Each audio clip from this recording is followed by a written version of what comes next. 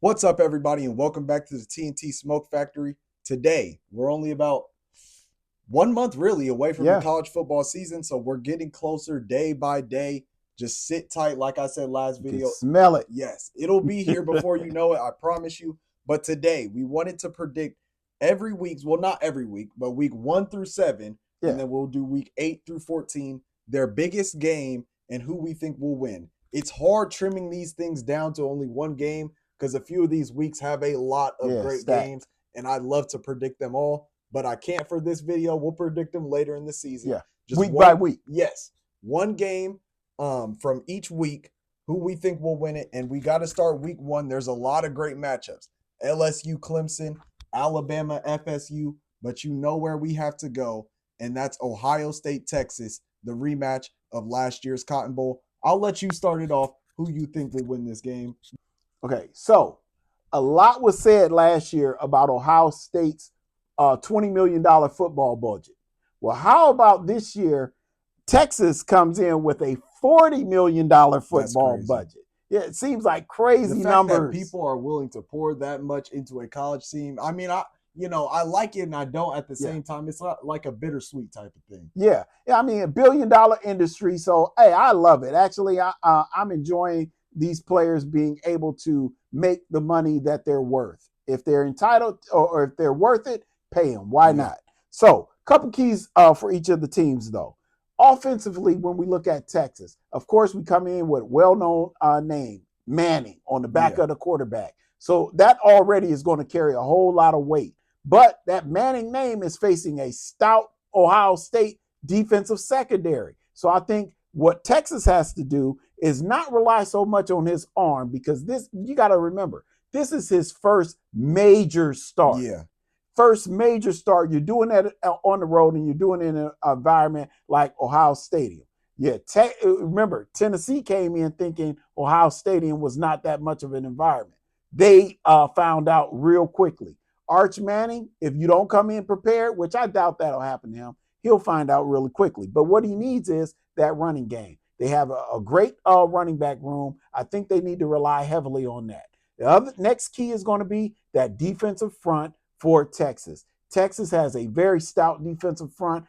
In fact, I dare I say it, I think not only can they end up being one of the best defensive fronts in the SEC, they could very well be one of the best defensive fronts in the nation. Yeah. On the flip side of the coin, who do you have? Jeremiah Smith.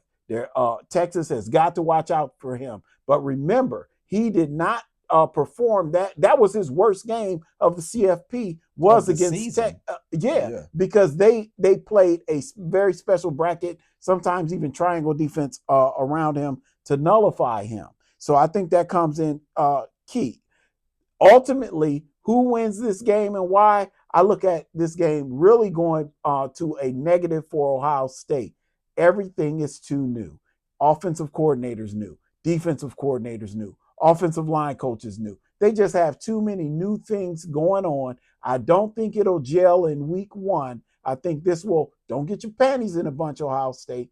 This is going to be a loss, but it's going to be a loss that actually fuels them to help them run the season or run the rest of the table for the season. And I'll carry off of what you're saying. Like you said, this loss for Ohio State can carry them on for the rest of the season, but a loss for Ohio State doesn't mean as much Exactly. as a loss for Texas. Exactly. Ohio State's schedule is not as gruesome as Texas's You is got it. in the Big 12 You or in got the it. Big SEC. SEC. There it is. Yes. SEC. They've got to go to a lot of tough road environments and a lot of tough games. Yes. So when I get back to this game, though, Texas at OSU, I think this game really comes down to the defense. You mentioned a lot of big names, but all it comes down to is who I trust more in this situation. Now, both teams are going to be great. It's like a seesaw trying to predict this game. That's why I just throw something out there and I don't pay too much mind to it because it can go either way. Absolutely. The two teams, it's a coin flip. Yeah. They're that great. I think we could potentially see a rematch in the national championship. Very That's well how so. good Yeah. these teams will be. But it comes down to the defense, and I trust OSU's defense a little bit more than I trust Texas's in this situation.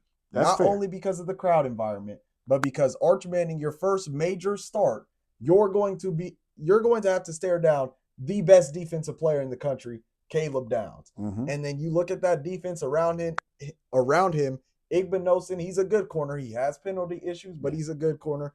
Keep an eye out on Jermaine Matthews Jr. He got major snaps his first 2 years at Ohio State. He's finally getting thrusted into a starting role. Mhm. This Ohio State secondary is elite. They're returning production at linebacker, Sonny Styles. And then the defensive line is fairly new, so we have to wait and see. That's somewhere where Texas can get them. But 2 new quarterbacks, low scoring game like it was last year. I think Ohio State pulls away late. That environment, you can't come off a national championship and lose immediately. Week 1 loss would be kind of crazy, but it would be reasonable. I just trust Ohio State a little bit more in this situation. Yeah, and I can see that. You point out some good pieces, on Ohio State's defense. And I even mentioned we're talking about Texas coming in running the ball. So I wouldn't be surprised if it goes the other way, because Ohio State, yes, they got a great secondary, but their linebacker play, I think, will pick up this year as well. You got players like Arvell Reese that have a new or a second season under their belt. And that guy has shown that he can be a run stopper. So, yeah, if he's able to plug some holes and keep that Texas offensive front from being able to open holes and create running back lanes for the running back, yeah, it could go the opposite way. So you're right. When you said this one's a coin toss, it's an absolute coin toss. I just think it'll land in Texas' direction. Yeah, that one's going to be a lot of fun. It's just a shame that we have to watch it on Big Noon. I love Gus Johnson and Joel Klatt, but let them get some night games. Don't keep constraining them to these 12 p.m. kickoffs. Week 2, a battle of 2 blue bloods. We're headed to Norman, Oklahoma, Boomer Sooner, where the Wolverines of Michigan will travel to Oklahoma to play the Sooners.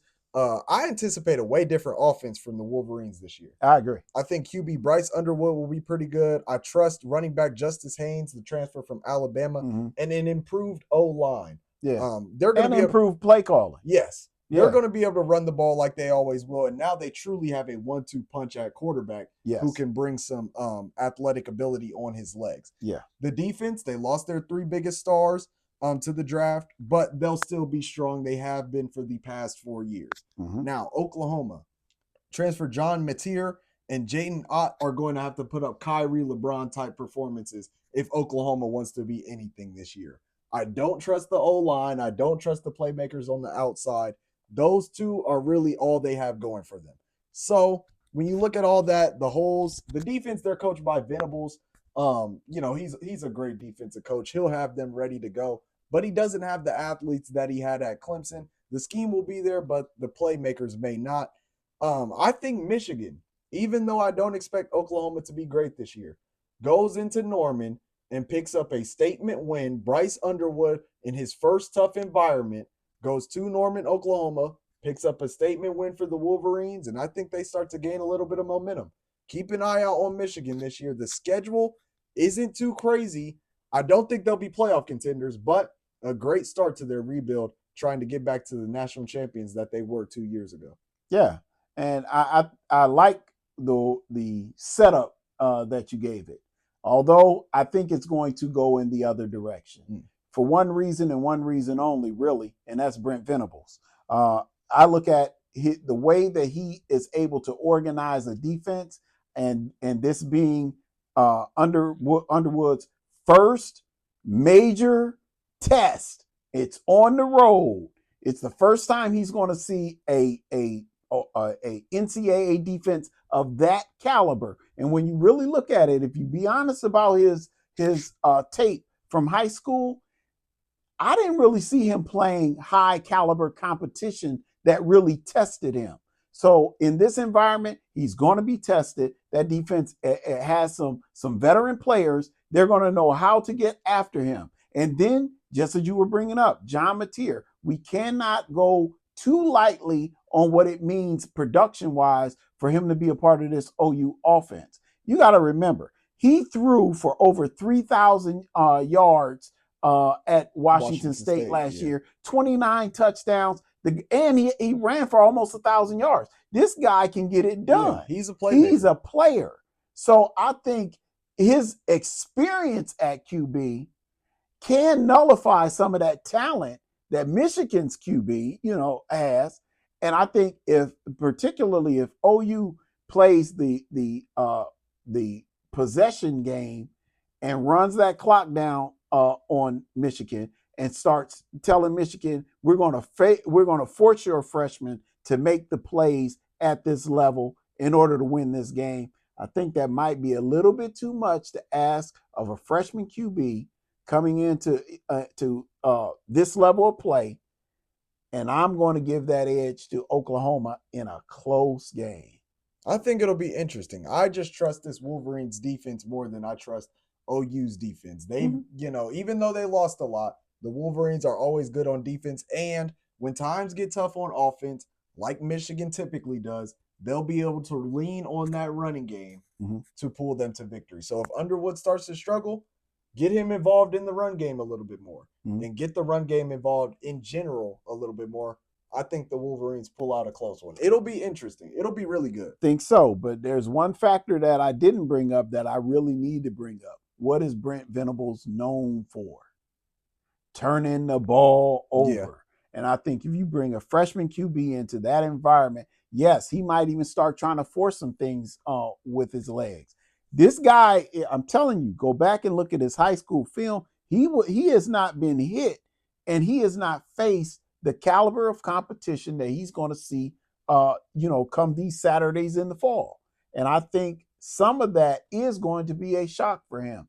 He seems cool as a cucumber, but I just can't trust that from a guy that I'm looking and I'm like, man, you know what? It's not like you're playing modern day, week in and week out. Yeah. Some of that competition that I saw on film, I was just like, man, why are y'all even playing these guys? Yeah. It'll be interesting nonetheless. Two blue blood teams, not teams that I think are playoff contenders, but more in rebuild mode. I'm really excited for this game. Yeah, I think it'll still be a good one.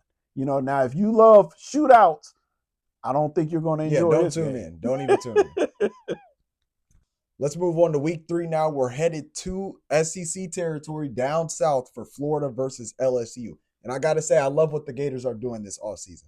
I think it's going to be a huge year for them, but not in this game. I love LSU this season, and I think they beat Florida. If you watched our video before talking about the SEC, Bama, Georgia, you know that I am a huge believer in these LSU Tigers this year. This game is at home. Garrett Nussmeier, he already had to go against one elite defense in Clemson a few weeks before this, so he'll be ready leading up to it. They've got weapons everywhere. I expect Harold Perkins to have a big game against this Florida offensive line, and I think LSU, it won't be a blowout, but I think they can win this game by 2 scores. I agree with you, first of all, coming out of the gate. I believe LSU is going to win this game, but I actually believe that they might win this game a little bit more handily than that. I look at, a lot of what Florida is depending on is the play of sophomore DJ Lagway. Yeah, and he's great. I believe he's going to be a special talent. I just don't believe that special talent is going to be able to show up just now. Yeah. Coming off of last year, we saw some good things out of him, but what did you also see? You still saw times where it looked like he was forcing the game, instead of allowing the game to come to him. Yeah. Because of that, I believe that the defense that LSU is going to put out there is going to be enough. They're going to be experienced enough to know how to pressure him, how to get in his head. I think, once again, turnovers are going to be a big factor, and those turnovers are going to go the way of LSU. And I think those are what's going to push the score toward a bigger margin. LSU wins this game at least 17. So the Gators don't get a win in week 3, but I think they get a win in week 4. Florida at Miami. I think the Hurricanes defense will be improved with new D coordinator Corey Heatherman from Minnesota. He did a great job at Minnesota last year. But that offense, I mean, losing 5 of your top receivers, a veteran O-line, but not one that I think is great. Because when I look back at Miami, they have a few big names, but Cam Ward was really scrambling a lot last year and running around and having to make plays behind that O-line. So they're veteran, but I don't think they're the greatest. And then you got QB Carson Beck. You can't expect that out of him. Yes, you can't expect that. Now, I think he can have a Kyle McCord-like year moving from a big conference to the ACC. Mhm. But you have to remember, this is a I SEC was gonna say game. this is an SEC So game. not this week. I think, in conference play, he can be better. But I think Miami is looking at 2 early conference losses or out of conference losses. Week 1 against Notre Dame, and then week 4 against Florida. So give me the Gators. DJ Lagway has a huge game against this Miami secondary that Mhm. still has question marks. They're good up front, but secondary wise, not the greatest. Give me Florida going down to the Miami Gardens and picking up a big win. Yeah, good pick. I like that pick. What I'm looking at is with Miami, as you said, that offensive line, they haven't proven it to me yet. And when you look at Florida's defense is upperclassmen heavy. Yeah. These guys come with experience. They know how to get after the quarterback. I think that is going to be the difference in the game because what do we see out of Carson Beck? He was able to be rattled time and time again during his time at quarterback at Georgia. And I think that same effect is going to be happening in this game. They're going to be able to rattle him. He's going to make mistakes. Florida is going to win this game, and they're not going to have to do it depending on the arm of Lagway. Although I think his arm can come into effect in this game, I think his arms and his legs, his arm and his legs will come into effect in this game because I don't trust that Miami defense. What did we see last year out of Miami? They were giving up points to people they had no business having in the game. Yeah. There were so many lapses last year as a team by them that I think Florida, it's going to be, that way again. Although this is, almost like trying to put some energy back into a rivalry that once was. I just don't see that Florida is going to go down there and be shook by that. I think they'll come in composed, ready to play. Florida takes that victory down in Miami. Yeah. Week 5, we're staying in the SEC with the 2 conference juggernauts, Bama going to Georgia. Somebody figure out, when was the last time Bama went to Georgia? Because it seems like every time these teams play, it's either in Atlanta, which is Georgia, or in Tuscaloosa. It seems like they've never traveled to Athens. I can't think of the last time they've went to Athens and had to deal with that Georgia crowd. They'll have to this year, and if you watched our previous video, you know how I feel about these 2 teams. I don't think they'll be as strong as they once were, but I think in this situation, like I said before, I trust Bama's offense just a little bit more. Not saying I trust them to put up a massive amount of points. When I look at this game, I'm thinking 14-17 Bama. It'll be the opposite of last year's game where they were just putting up points left score and after right. score. Yeah. I'm looking at this game 14-17, something like that, in favor of Alabama. Even with the crowd, even with the environment, with all that, I trust Alabama's offense just a little bit more than I trust Georgia's. Okay. I think Georgia comes in with revenge on their mind. They're playing it in their hometown, friendly environment. They don't have to deal with all that noise they had to deal with last year down in Alabama and Tuscaloosa. So I look at that being a huge factor for Georgia. And I think that's what's going to ultimately push them over because I do believe that both teams offensively are not that great. Although you're saying that, we got to admit that, Alabama does have some weapons on offense. However, are we going to trust that Ty Simpson can get them the ball? I'm not really, trusting that too much. I trust Georgia's front 7 on defense a little bit more. I think they're going to be the reason that they'll contain that offense enough to allow Georgia's offense to put points on the board. Because we got to remember, we say Georgia only bringing back 7 players. Yeah, they only bringing back 7 starters. However, they got a lot of guys on that offensive line that have experience. And I think with that, and you got Cash Jones in the backfield, that'll be enough for them to be able to manage that game offensively, put themselves in plus territory so, they can knock down some field goals, maybe put up some touchdowns. I think the game is going to be very low scoring, just as you stated. And I think that Georgia wins that game by about 3. Interesting. I think, like you said with Alabama, Do you trust Ty Simpson to get them the ball? Georgia Mhm. has some playmakers too. Do you trust Gunnar Stockton to get them the ball? I, Especially against the Bama defense that's going to be very, very strong this year. I hear what you're saying. I trust Gunnar Stockton more than I trust Ty Simpson. Okay. So yeah, that's kind of like where I'm at. I trust him because I really have to say that kid showed some toughness. He did. Last year. He did. He was taking some shots and getting thrown into the position that he was Yes. late in the SEC championship game Yes. and straight into a playoff game. He did get put in some tough Yes. situations, so I can give you that. So I think because of that, that shows a maturity that, well, we haven't seen anything out of Ty Simpson. So that shows a maturity that I can put a little bit more trust in than, the no resume of Ty Simpson. Yeah. Moving on to week 6, Texas at Florida. Man, we've mentioned the Gators like 3 times this video. That goes to show I think Florida's going to be a pretty good team this year. Eyes on them. Eyes on them. But they've got the Longhorns coming into town. The Florida Gators have never beat the Texas Longhorns in football. Never. They're 0-4-1. Or is it 3-0-1. No. The Gators are 0-3-1. Yes. Yes. So they're 0-3-1, only tying back in 1924. Is this the year that the Gators can get a win against Texas? No. I think by this time, week 6, the Gators, or the Longhorns, I should say, will be much improved. I think they'll start to figure things out, really get the wheels turning, especially on the offensive side of the ball. I think by this time, we're looking at Texas. Okay, they took that early season loss to Ohio State, but they're the Texas we thought they were going to be, number 1 in the SEC, potentially national championship contenders. Like I said, I love this Florida team. I think Lagway has a big game trying to Superman Cam Newton his team to a victory, but it just won't be enough.